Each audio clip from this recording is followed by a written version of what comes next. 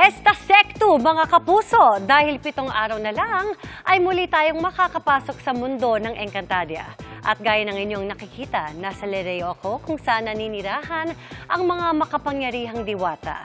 Now sa Encantadia Chronicles Sangre, kung may mga bagong tagapangalaga ng mga brilyante, may mga bago rin silang makakalaban.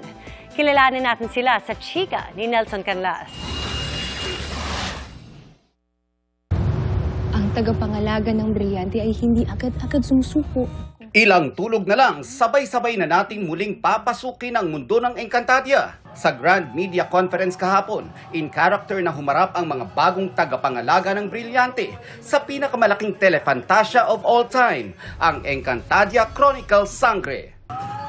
Si Terra, nagagampanan ni Bianca Umali.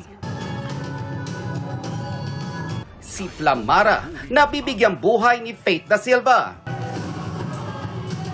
Si Dea, played by Angel Guardian. At si Adamus, nagagampanan ni Kelvin Miranda. Present din ang kanilang mga ina at Ashti na sina Perena Glyza de Castro, Alena Gabi Garcia, at si Danaya Sanya Lopez. Ipinakilala na rin ang mga makakaharap ng New Gen Sangre, mga malulupit at gagamitin ang kanilang kapangyarihan para sa kasamaan ng mga taga-Miniyabe, gaya ni Saur na gagampanan ni Gabby Eigenman, Olgana na role ni Bianca Manalo, Nasaan ang sangre?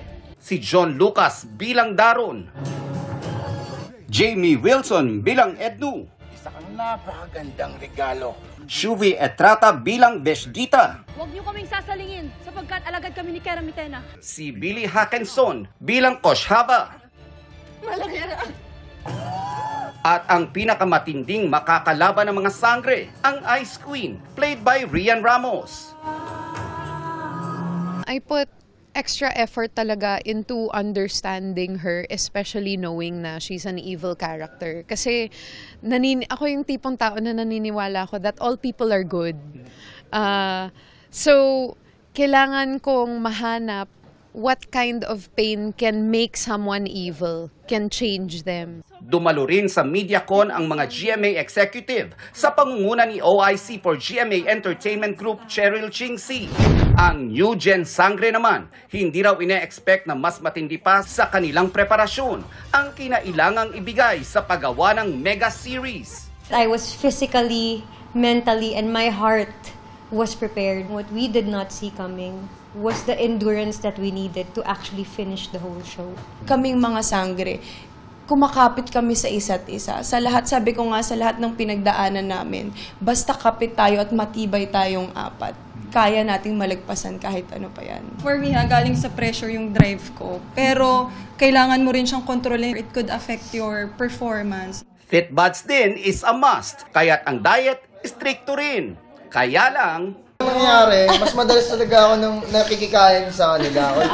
Hindi nila nagagalaw yung pagkain nila eh. So, pengi ako mahirap doon. Yung mga nagbabaon ng maraming junk, yun yung talagang, oh, bakit po kayo naggalan yun? Esta Secto, dahil ang bagong yugto sa mundo ng Encantadia mapapanood na sa June 16. Nelson Canlas, updated sa Showbiz Happening.